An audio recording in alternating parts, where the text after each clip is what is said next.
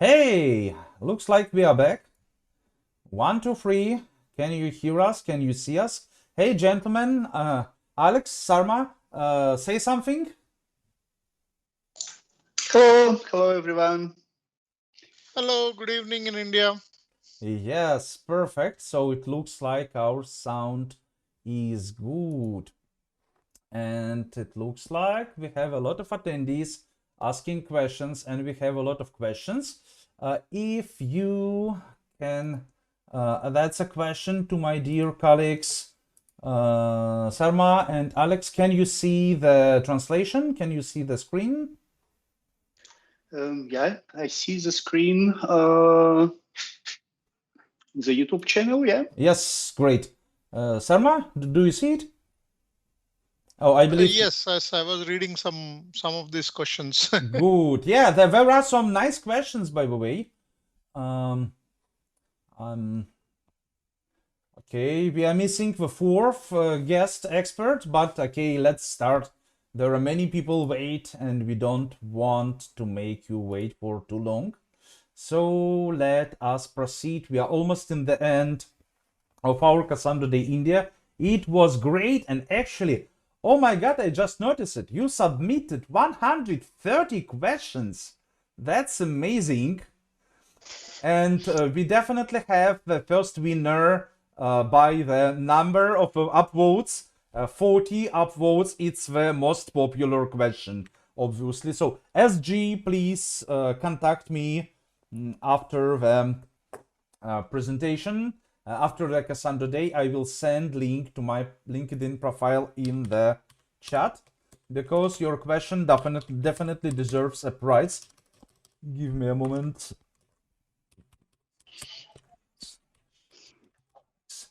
Good. Now, so gentlemen, let us start then with this question, right? As it's so popular, we have to start with that. There are other competitors like Bigtable, Scylla, which are pretty cost-effective and highly performant. What are the Cassandra differentiators then compared? Great question. Who wants to answer first? Alex, sit back. So Okay, no, I can can take answer. Yeah, I can take it. Okay, please. So basically, it's really, there are multiple dimensions here. So if you talk about the big table, the first thing that we need to understand is really the hosted versus self-hosted. So it's really like they're talking about like maybe the cost efficiency of the table, because it's not maintained by us to get access, etc. But as usually, it's all depends on the scale. This is similar for the all hosted solutions. If you have a traffic that you get in the hundreds of thousands requests per second, then it's most probably will be very expensive. So it's really this is the first dimension. Then we will talk about the things like DataStax Astra that's also hosted for you. Then we can maybe talk about like Cosmos DB, etc. So the first step, it's really like hosted, not hosted. So it's hard to say about that. And another thing, the big tables, it's a regional one designs. Basically, initially Cassandra was based on the big table design, but it's once with introduction of SQL, it's changed. So also the database design is makes sense to look, will it fit in your setup? Regarding Scylla, it's hard to say because they have some features and in some benchmarks they are faster, but if I remember correctly, they have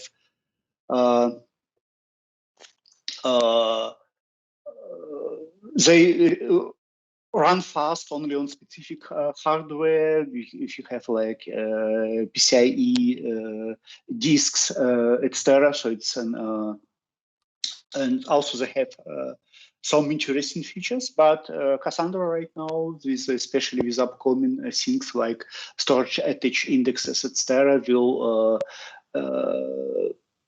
jump ahead again.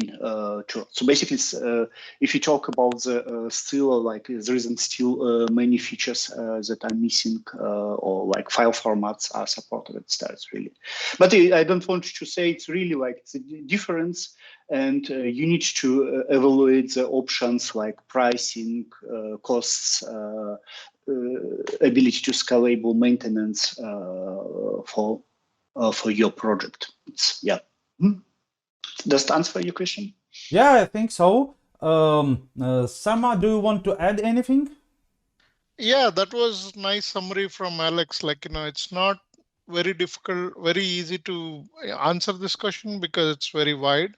But what I would like to say from the Cassandra side of it, we have a wonderful community. So there are so many developers developing on top of it. We have nice integration with third-party tools. And obviously, other products might scale to that level, but Cassandra community is just huge. And that's what I see as a positive side if you start working on Cassandra side of it. So yeah, I mean, I favor to Cassandra, but obviously I haven't worked on Bigtable, so I cannot comment on it. Yep, I have some experience with Bigtable, not Bigthrough. First of all, for me, Bigtable is a only managed, only proprietary solution by Google. It's good database, so nothing like I'm saying it's Bigtable is bad. No, Bigtable is not bad. It's just very limited from these points of view, as already covered by Alex, for example. Well, so far still for me looks like a startup which may survive in the future or may disappear tomorrow. So far it's a project of a single company, not the big full, not a project like Cassandra, which is developed by Apple, DataStax, Netflix, Instagram, and all the others, many companies putting their efforts into the Cassandra, which belongs to Apache Software Foundation and truly open source by nature. So for me, it all brings quite a long story. These kind of questions we can answer, we can spend a year answering basically, because there are a lot of things to consider, but we have to move on. It was a good one. And next one is interesting and quite popular too, from Apurva. How okay, I started to speak about this one, so I will stick that to the top for a second. How can I find how many nodes with what hardware config course program is required for a specific number or read-write operations? Question by Gaurav Gupta.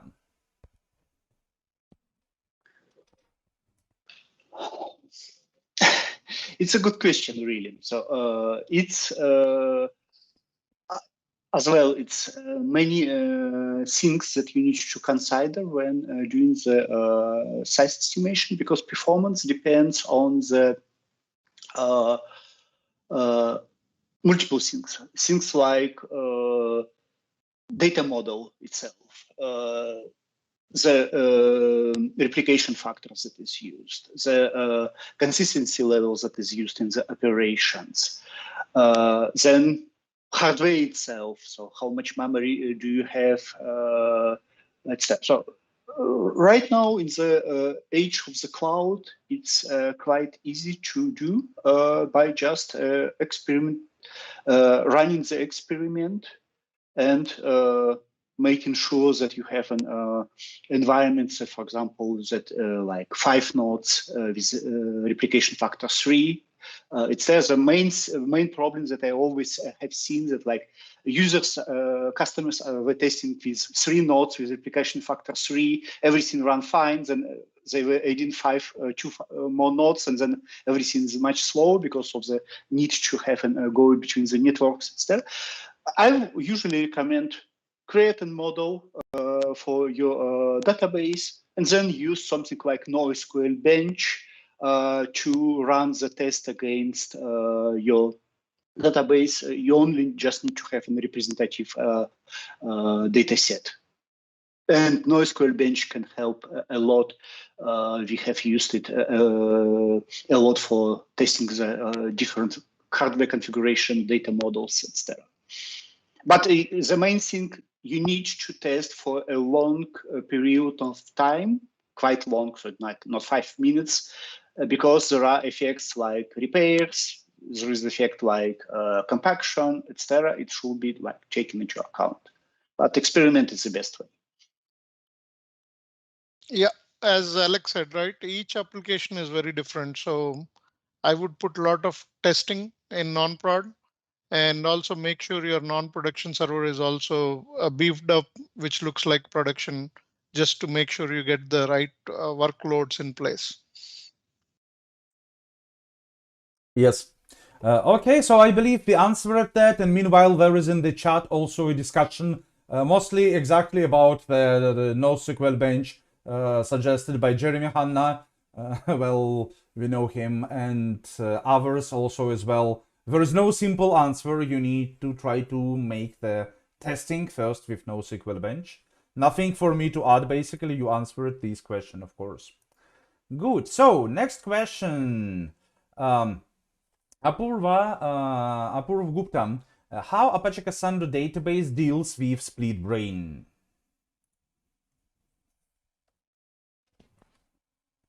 I personally can't comment. So it's we need maybe somebody like Jeremy answer. So. Now, Jan, please.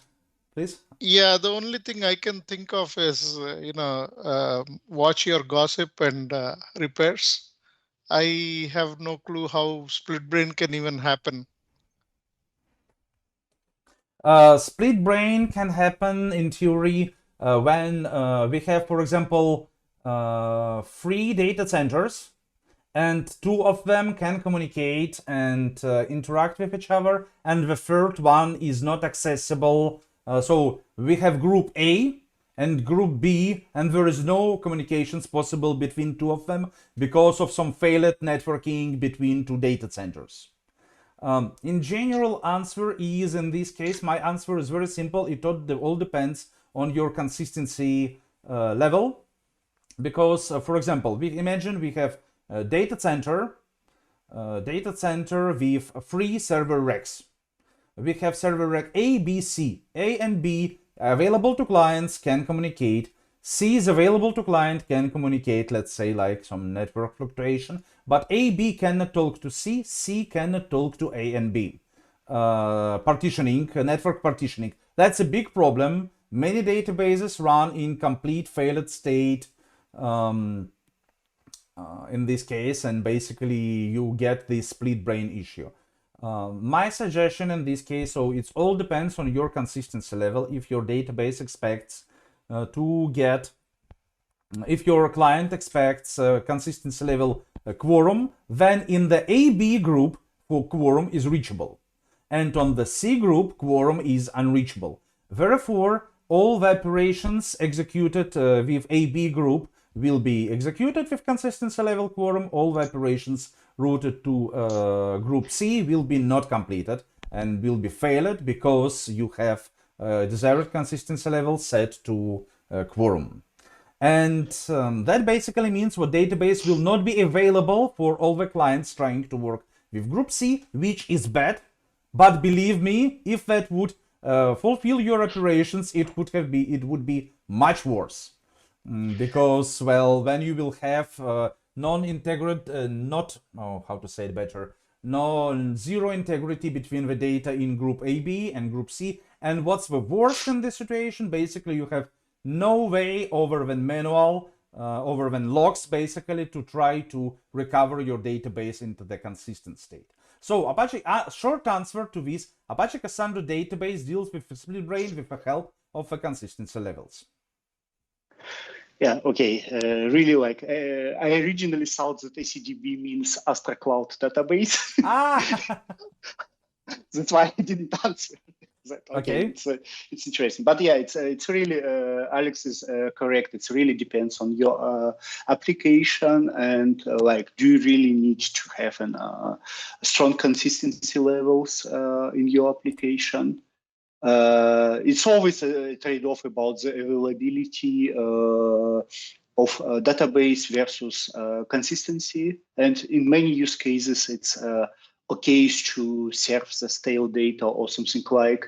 Of course, depends like if you have an payment transaction processing or something like, it may not be desirable. Also, I've worked with some clients who like favors the availability versus consistency. You may not see the like transaction immediately in your bank application, but the transaction pass through. So okay, but yeah, consistency level could be dependent on the like, you can use a Quorum for normal operations and like get back to the local Quorum potentially for the as operations. Mm-hmm. All right. Good. So I believe we answered this question. Let's move on. And next question. Oh my God, you people are asking so wide questions. What is the relationship between Apache Hadoop, HBase, Hive, and Cassandra? Okay. Let me take that. So a relationship is very difficult to say. Like, we all know that Hadoop is the beginning of all this big data stuff. I personally have not worked on Hadoop. HDFS is still very live and people use HDFS a lot. HBase and Hive, kind of very old.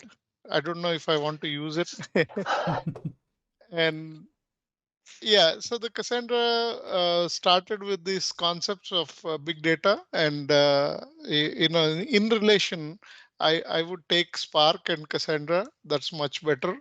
Run it on HDFS. That is the part of Hadoop.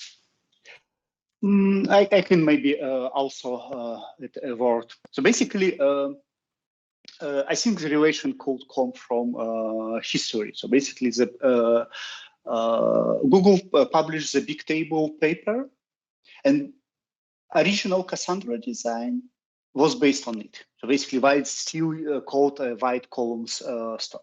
The Hive or the HBase is also based on the big table design, but they stay on it. So basically, they didn't change in contrast what the Cassandra did to the table-oriented predefined schemas, etc.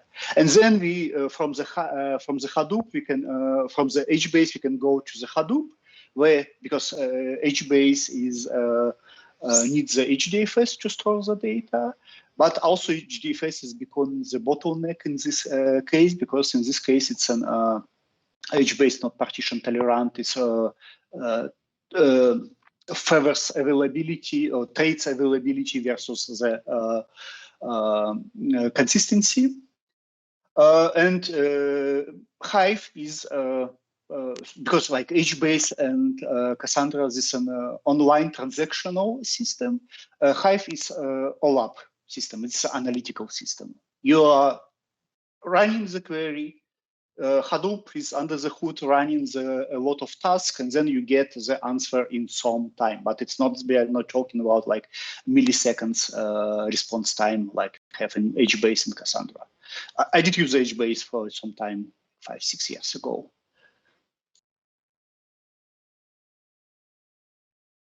Okay, so I believe we answered. Nothing for me to add basically. Next one, how gossip works. This one is quite good. Okay, so gentlemen, how gossip works? So basically, gossip is works as following. So basically, when you when Cassandra node starts, it joins to so basically, okay, if it's joined to the cluster, it starts. It's on the start, it loads a known configuration of the cluster and start to exchange its information with other nodes. So basically, every some period of time, each node tries to communicate with some other nodes in the cluster and sending its own view of the cluster. So the information about like its own state. For example, we can have some kind of health index inside the payload. It also sends information about the other nodes, like is the node is up or node is down. It's exchanged information with about the schema version, etc. So basically, it's not communicating to all nodes in the cluster at the same time. It's selecting some nodes and exchanges this information. There isn't like a lot of optimization there, so we don't send full snapshot of all known data. We only exchange this information when necessary. Another thing that I want to mention, basically, Cassandra selects other nodes more or less randomly, with some exception of the seed nodes. There is a higher probability to connect to the seed nodes to send the information because it's the nodes from which the other nodes are having higher probability to get the actual data and get the correct state of the cluster. So it's like basically if when the node sends the data to the seed node, the information spreads through the cluster much faster. But the idea is very simple, and this part was comment from the, if I remember correctly, from the Dynamo paper, DynamoDB. Plus, it was extended with the things like failure detection algorithm was added to it for faster detection of the machines when they are down. So I see gossip as like, Snapchat. So each server is sending its information to the other servers in the cluster. As Alex said, it doesn't send it to all servers, but every server is participating in that communication, and they all share that information saying, okay, I'm having, let's say, chest pain. I'm having, storage problems. So these gossip messages are very small, and they exchange the message between the servers. And whenever there is a quorum of other servers, see there is a problem with one server, they basically understand that, okay, this one node in the cluster is having issues. Now, remember that whenever a client, like say Java Cassandra driver or a Python Cassandra driver connects to the cluster, we call them just client for just better understanding. The client also listens to this gossip. It also gets the messages. Say, for example, one node is restarting, so node is going down. That client is getting that update from the cluster. So the node which is the client is communicating to, if at all that particular node, which is coordinator node in theory, which is going down, then it can communicate with the other nodes in the cluster.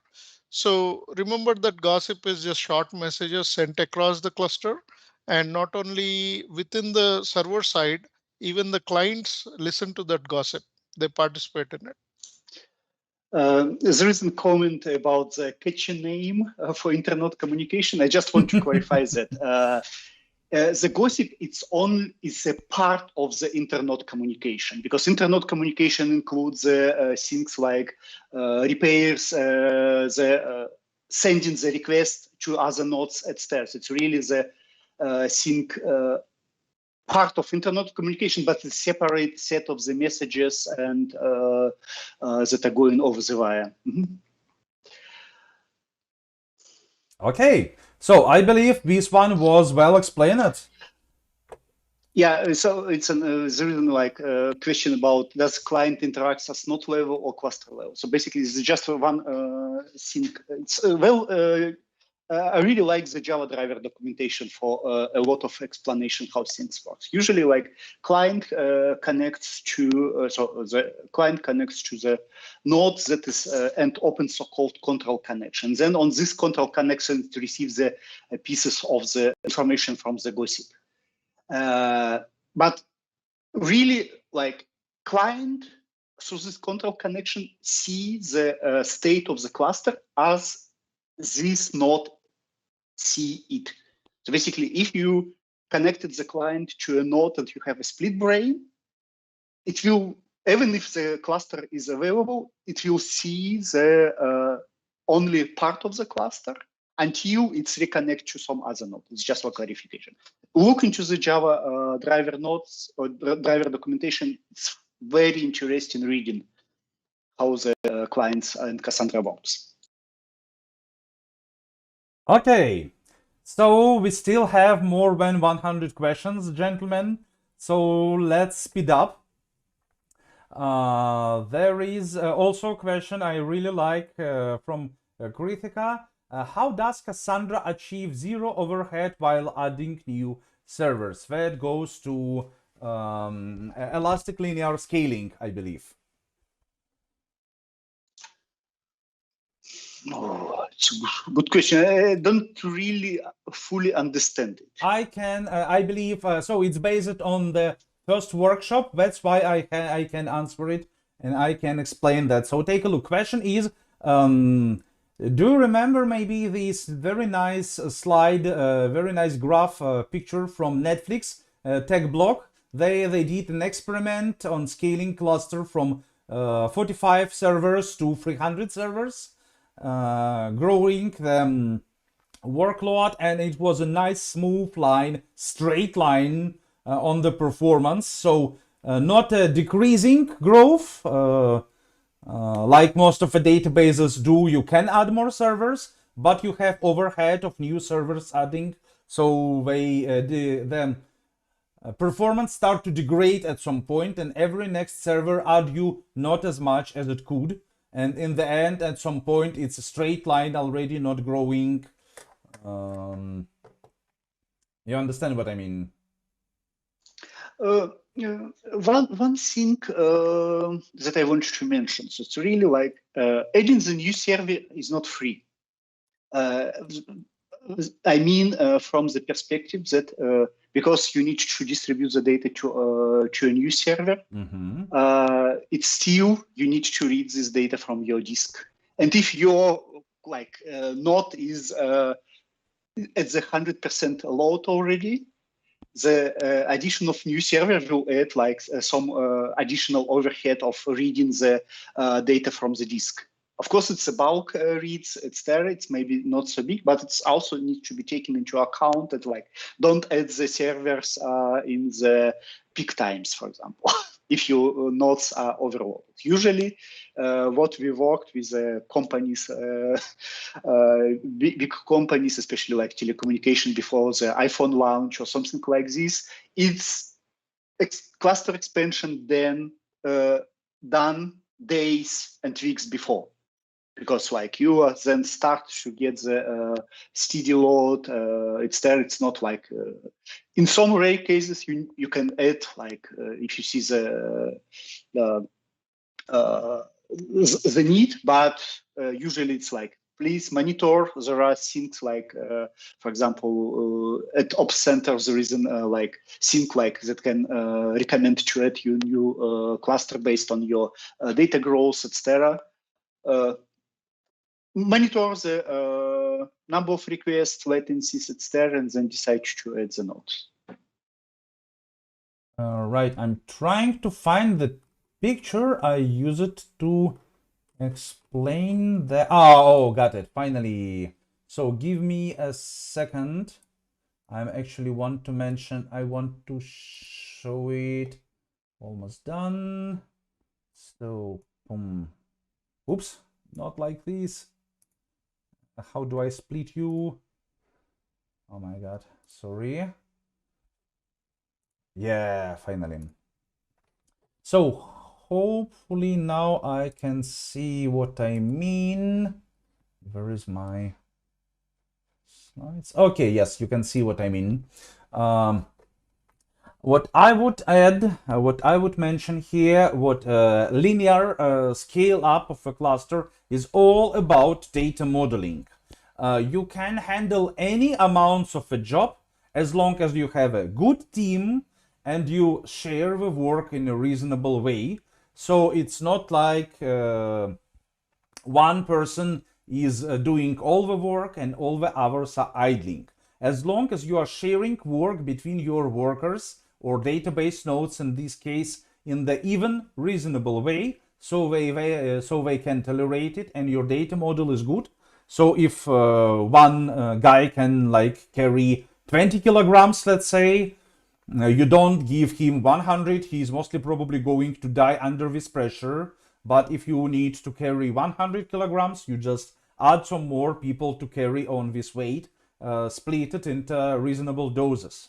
So if you're those dozens of load you are going to carry, so partitions basically, are of a reasonable size, and you can add more and more servers, and those partitions will be splitted over them. Cassandra design supports it very well. As soon as your partitions are not even, some of them are too big, some of them are too small in comparison with others, then you run into the troubles, and Cassandra will not scale linearly if your data model is bad. That's why I asked you to pay attention to the data modeling workshop done by Stefano today. That's my answer to this Cassandra scales linearly story, and let me switch back to the slide on. Good. Okay, so what comes next? Shashank Sharma.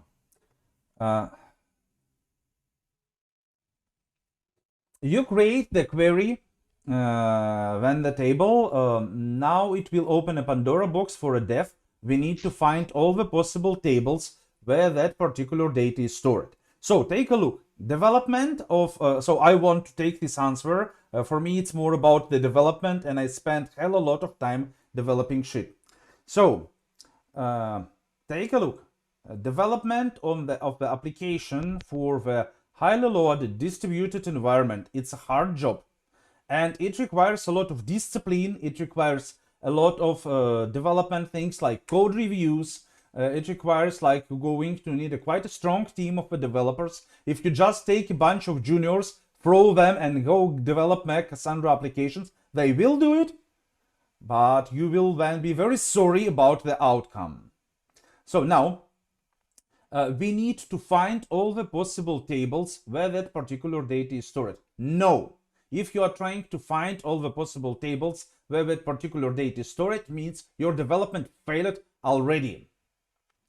What does that mean? If you have to look for them, if you have to find them, then you don't know where are they. And it has to be from the very beginning of a development clear, but okay, that's part of my code, works with this data, and all the required operations done with this way, and there shouldn't be hundreds places in your table, in your application. You have to change 100s of the queries. It has to be centralized in the good meaning of this word, and process it properly with some clean code approaches, single responsibility principles, and so on and so forth. So you need to understand what you are doing, and it's not an easy job. But mostly probably if you are working with a distributed application, you have Apache Cassandra, you at least got a decent salary for that. So don't look for the possible tables where this particular data is stored. You need to know it in advance with your code, and that has to be very clear. If you are got into the situation what this application has been developed in that way, what no one understands what is it and where it's stored, then you need to refactor this application. Otherwise, it will work very bad, of course. I'm sorry for a little bit of expression, but it's a painful question. I've seen it many times, people just doing some job without understanding what exactly they're doing. Yeah. Alex, I have a small advice here for just the community, right? Regularly, it's not directed to Shashank. Generally, people coming into Cassandra, I tell them about data modeling, right?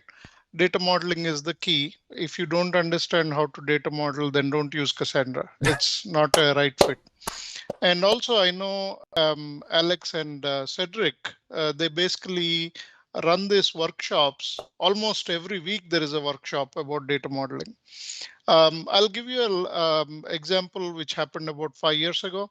I was pulled into a emergency call. Basically, they deployed some new code yesterday night.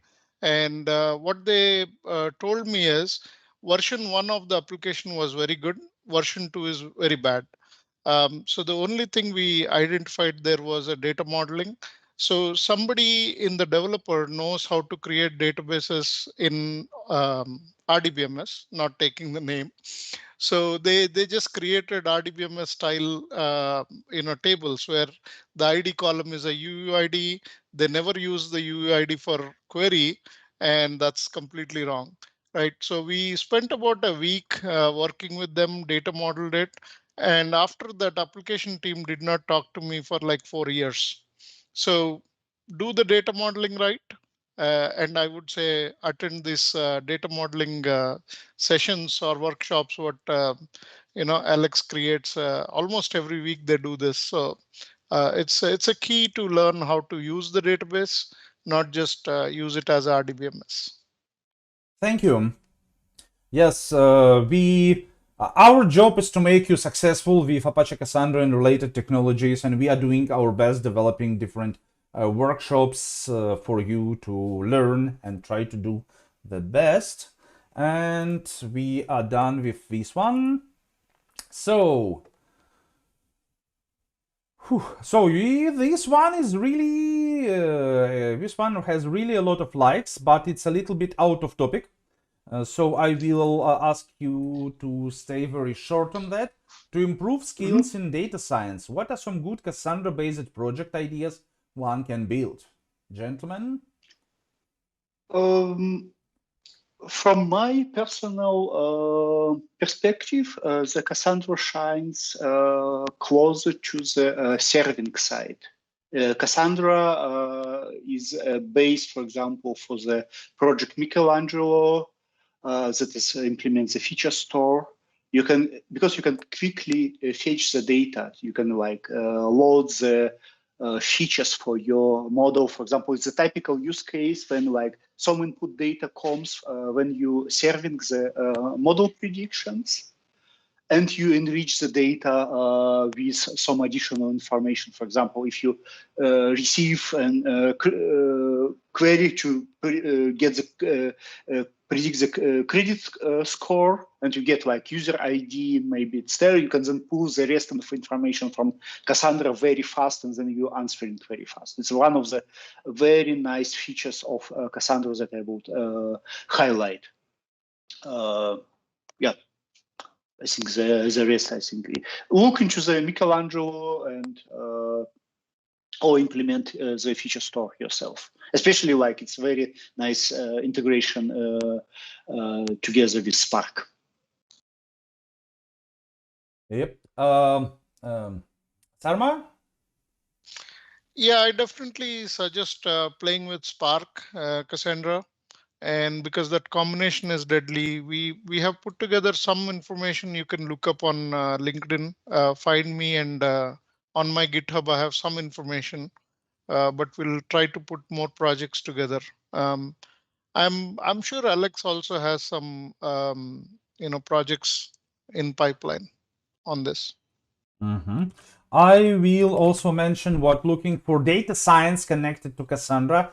I would definitely take a look at the teamwork of Apache Cassandra plus Apache Spark. Together they make a great team, and running machine learning training models in Spark with Cassandra can be a really great story together, because they on the very different side of this field, and together they built this dream team. And Astra.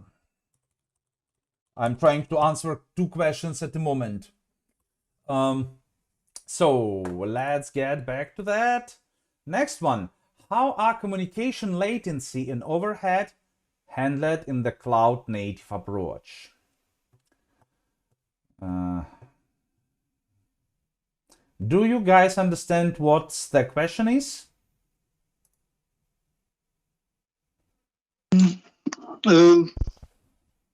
I'm trying to understand. I think it's maybe comes more from the background if you like trying to use cloud services from the on-prem solutions, something like.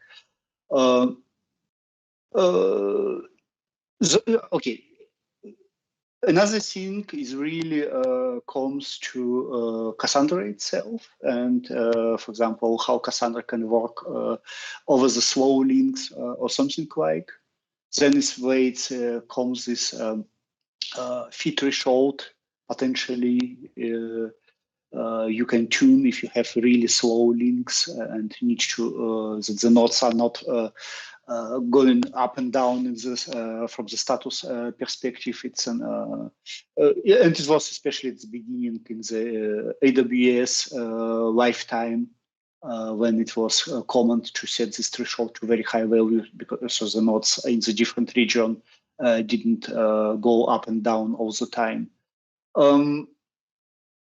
From the client perspective, I would say try to bring the client closer to Cassandra to avoid this overhead. Same data center, same availability zone, or at least region, and use. There was a very nice white paper from DataStax development team about the designing fault-tolerant applications that had a lot of useful advice on correct architecture design from application side, so you have low latency answers as well. If I understood the question correctly. Mm-hmm. So personally, I think this question is for, like, when you put Cassandra on cloud, and we might be talking about multi-cloud. I personally would put one data center in only one cloud. Don't mix up the data centers, and have your client stick to the data center to avoid latencies, basically. And one data center, I don't expect it to span across multi-regions. If you're talking about AWS regions, that will keep your latencies low. Obviously, if you mix all these things, like multi-cloud and multi-regions, then latencies will come in. So just during architecture phase, just make sure you design your clusters properly, so that way you don't mix up all these things. Right. Okay. So we have few minutes left. There is a question full of pain. Is it possible to completely migrate to Cassandra from relational database management system? Yes.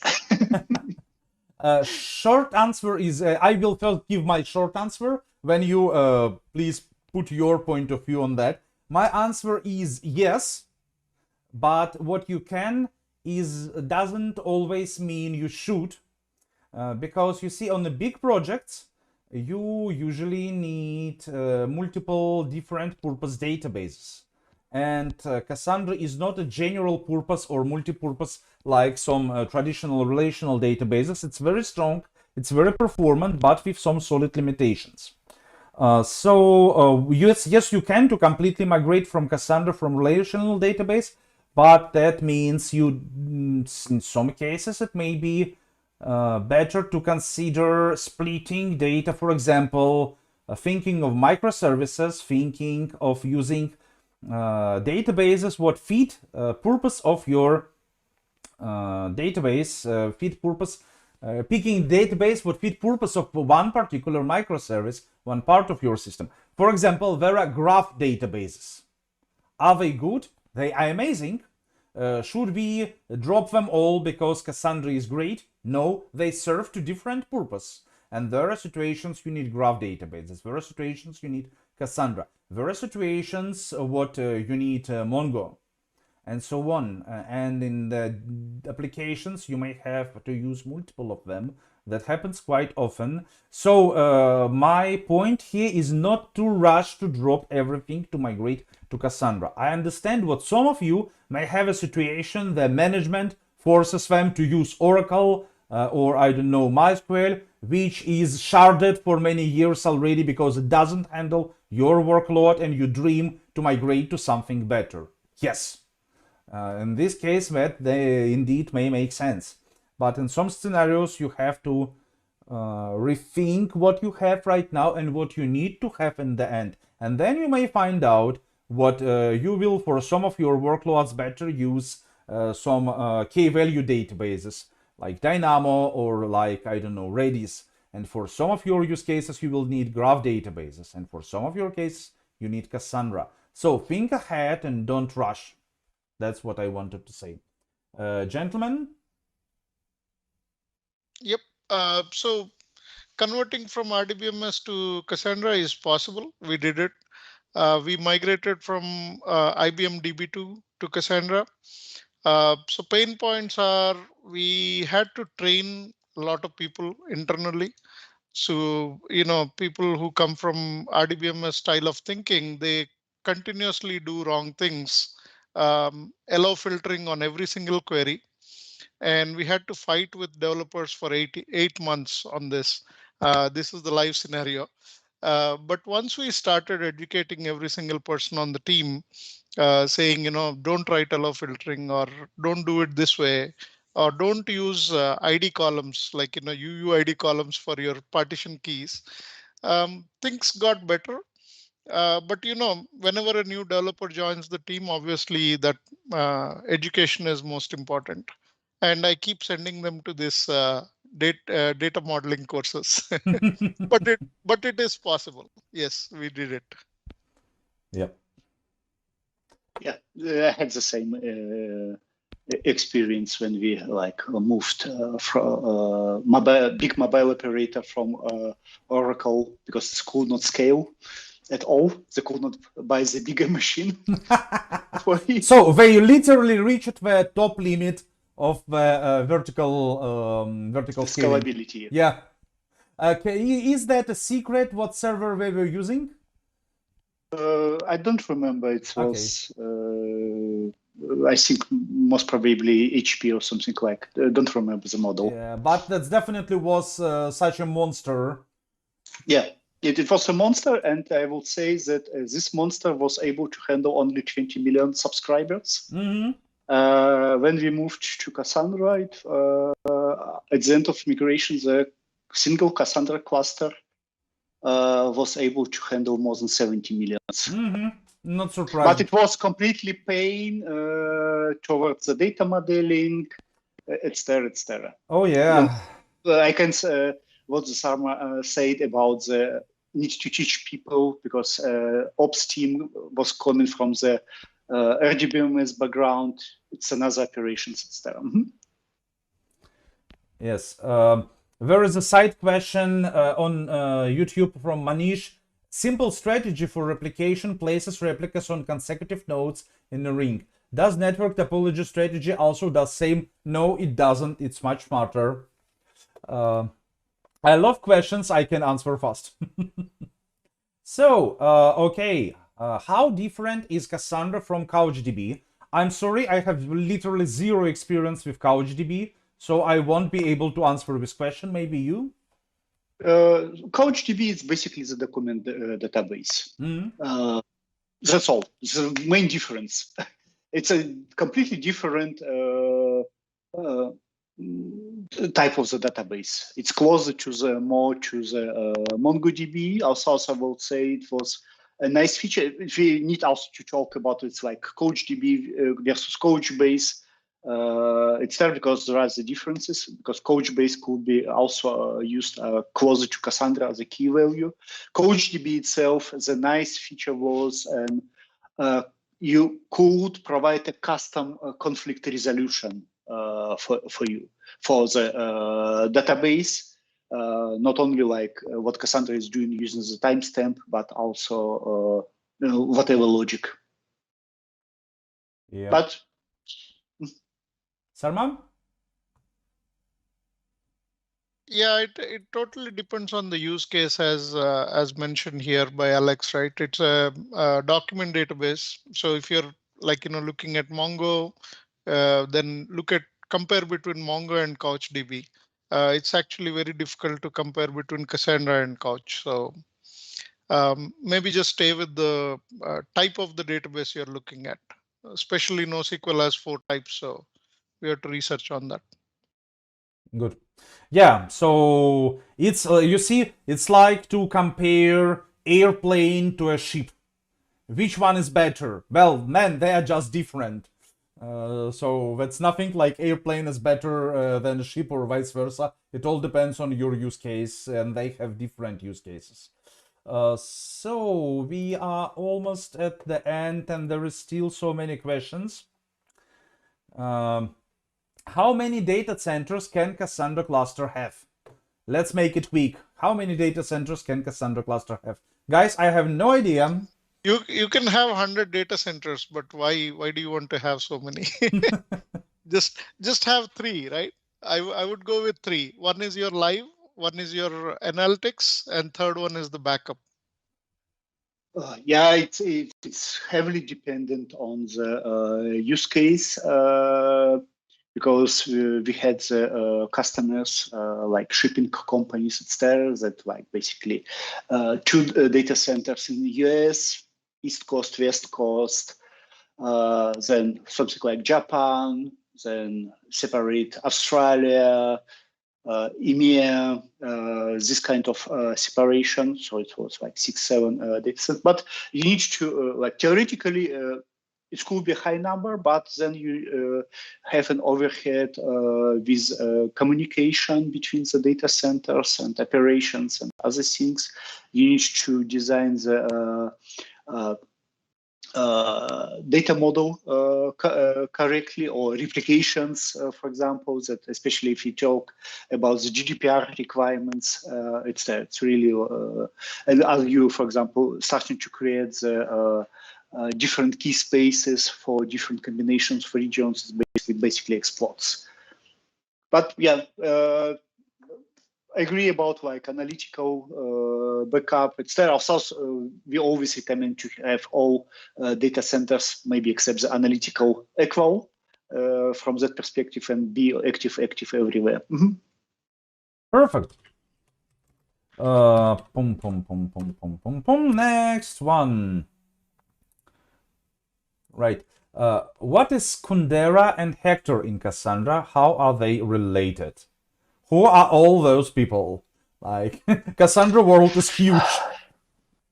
Hector, if I remember correctly, it was an Java client for, let me look if I remember it's correctly. So Hector, it's one of the clients, original clients, I would say, to Cassandra.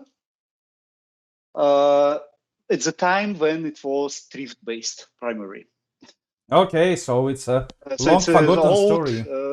Old time, and like if you go to the Hector GitHub, it's saying use Java driver for Cassandra. All right. Kundera, I don't know. I think it was something like Scala library. Don't remember. Okay, Sarma, anything? You don't have to. No, I don't have experience with both of them. So. Good. Yep. Okay. Meanwhile, there is a side question. Where can I get this session recording? We will send all the materials in the email to everyone who has registered for this event. So don't worry, you will get every recording, every session. Now I will answer very quickly to this one. What does local quorum means? Very easy. First part, so that's about consistency levels. First part, local, means what we require confirmation only from the local data center. So it's the data center which is considered closest to the application server you are running instance of your application. If you run your application in the United States West, you want it to work with United States West data center, right? So it means we wait for confirmation only from the closest Cassandra data center.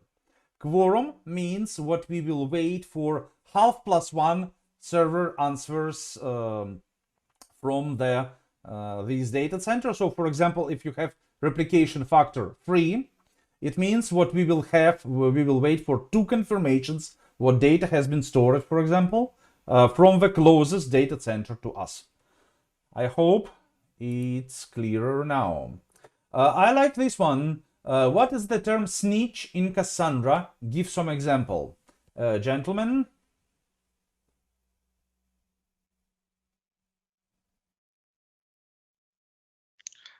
I can say, I mean, snitch is a very large topic, just like gossip. But snitch provides the network knowledge to Cassandra. So it basically helps in replication of data and placement of data for safety. Like snitch is a very large topic. I would say snitch is the network information for Cassandra. Yeah, it's convert basically the gives the information about the topology, and depending on the implementations, could be the either from the local file, it could be from the cloud provider, like mapping the availability zones, for example, they presented as an Rex, and data center and regions are represented as a data center, for example. So it's but usually we are recommending to use the gossiping property file snitch even in the cloud, because it's making your potential migration to other clouds or having the multi-cloud setup easier. That is cool. That's actually quite interesting. Yeah. So in general, as the gentleman answered already, snitch is about, you remember Cassandra network, oh my God, Cassandra replication strategy, network topology aware strategy, network topology strategy. Network topology means what this replication strategy understands network topology. And the question is how exactly it understands network topology. It understands network topology with a proper snitch. There are multiple kind of snitches. You can just describe your topology in a configuration files. You can enable gossiping for that, or you can use, for example, I don't know, AWS-based snitch, which will help you to use availability zones, features, and so on and so forth. But this suggestion by Alex is indeed very interesting, because for the migration, if you will need to migrate that, then switch off, if you want to migrate from AWS, for example, to shut down AWS snitch is going to be a lot of fun, I bet. So, okay, I hope we answered that, and we are almost done. So let it be the last question. Now, what to... Okay. First this question, because I just like it. Does it mean Netflix majorly uses Cassandra over relational databases? Well, that's better to ask, obviously, QnA than me. But as far as I know, yes. Netflix majorly uses Cassandra over relational databases. It doesn't mean that don't use them. After all, as I said, there are still many use cases you need to have both. Good. That is briefly closing some questions. How is DataStax's Cassandra software as a service different from vanilla Cassandra? Very simple. Vanilla Apache Cassandra, you deploy, you maintain, you take care of the servers and upgrade and so on and so forth. DataStax's Astra Cassandra as a service is we maintain, we deploy, you just use as a client. So it's our headache. It's all about headache for me. Do we have... Okay, that was the answer. I would say maybe also sometimes the Astra gets new features of Cassandra before the release. Yeah, right. So Astra is a different story. That's why it gets Astra is Cassandra as a service, but not Apache Cassandra as a service. And there are some features what exist as Cassandra enhancement proposals, but not yet accepted and pulled it into the Cassandra. So, for example, Astra use storage attached indexes and DataStax Enterprise as well, but Apache Cassandra not yet, because this Cassandra enhancement proposal is not yet accepted. Same goes to unified compaction strategy. I don't remember if it's rolled out already for Astra, but it's going to be sooner when it will go to Apache Cassandra. because S3 is managed and controlled by DataStax, and Cassandra is managed and controlled by Apache Software Foundation. So community has to agree what this improvement is indeed worth it and has to be included into the open source Apache Cassandra. And last question we answer, I'm sorry, but we are out of time. Shouldn't we have replication factor closer to 10? Gentlemen? It depends how large is the cluster. So if you have 10, if you have 100 nodes in your cluster and in one single data center, maybe 10. But it depends. Are you trying to have your data more secure for against losing data? What is that you're worried about? That is more important to answer. Mm-hmm. Yes, agree on that. Usually what we see, like typical recommendation 3, so in some cases I have seen the 5, and then maybe once we had the 7, but then you need to, like, you have, and like if you using the local, even if you use the local quorum, you have the increased latencies because more machines need to read the data from the disks. They could have GC pauses or something like this.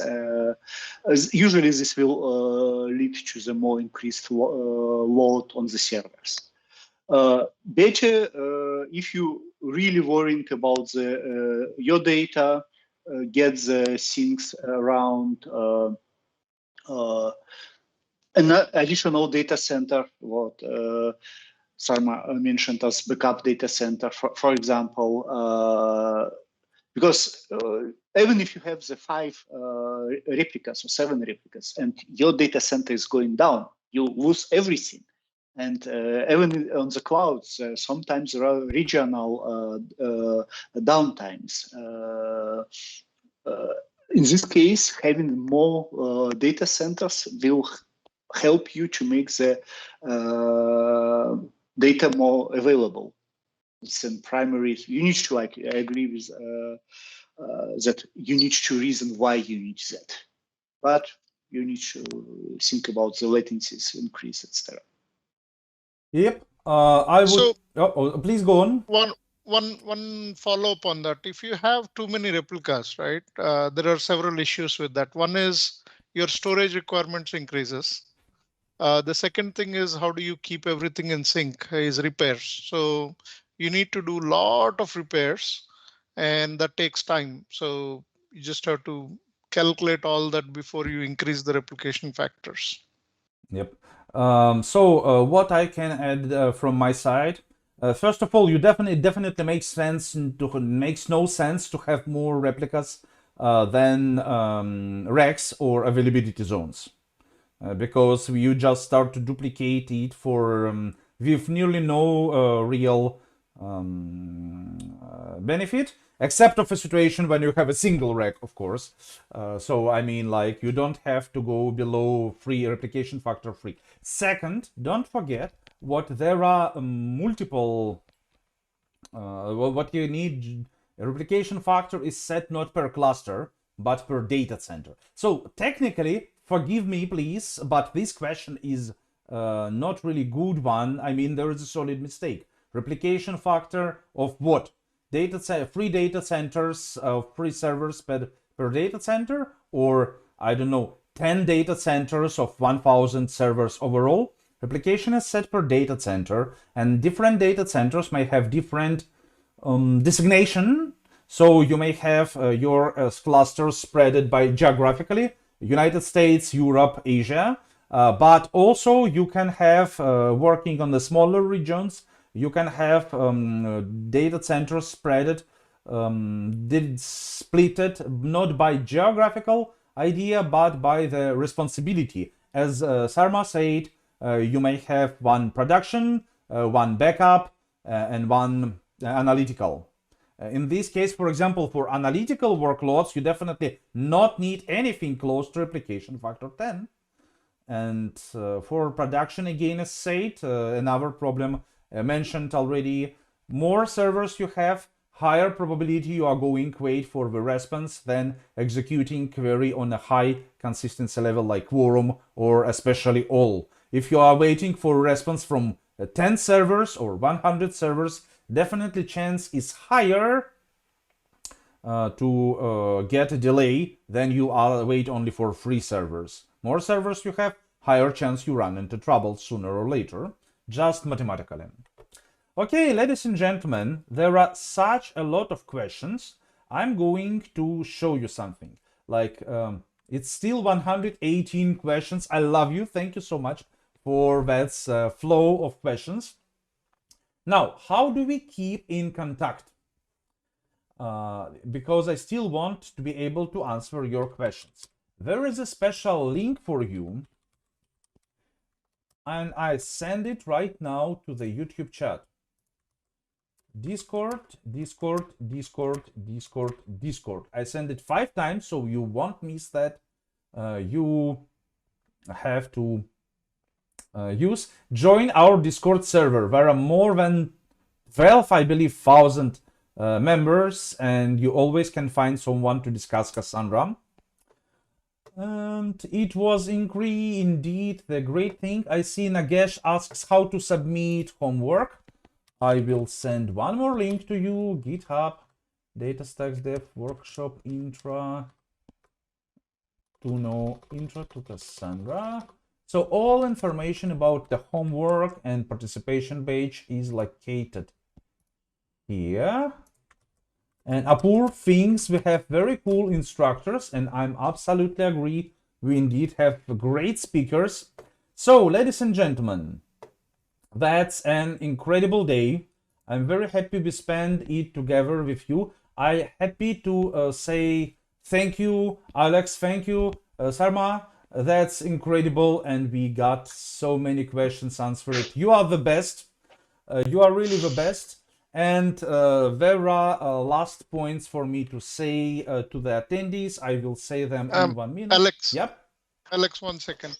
So between both the rooms, right? I know that RL and CL rooms. Yep. How many users registered and how many attended? Approximate counts. Oh, that's hard to say. We have more than 2,000 registrations. And regarding the attendees on YouTube, it's extremely hard to judge because people are switching from one room to another a couple of times, and YouTube every time counts it as a separate view. So there is a lot of duplications, but we have many thousands of views, and that is amazing. Yeah, we need that replication factor, so it's not a duplicate. Yep. Okay, so thank you, Sarma. Thank you, Alex. I believe we are done with you for today, but I will definitely call you to our next event because, well, it's going to be amazing, and you did a great job answering questions. And thank you, Sarma, for so much for your talk. Alex, I hope next time you will join us as a speaker as well, because you see, world needs your expertise. So thank you so much, and say goodbye. I will be live 1 minute later with some last words. Thank you. Okay. Stay safe. Have a nice weekend. Bye.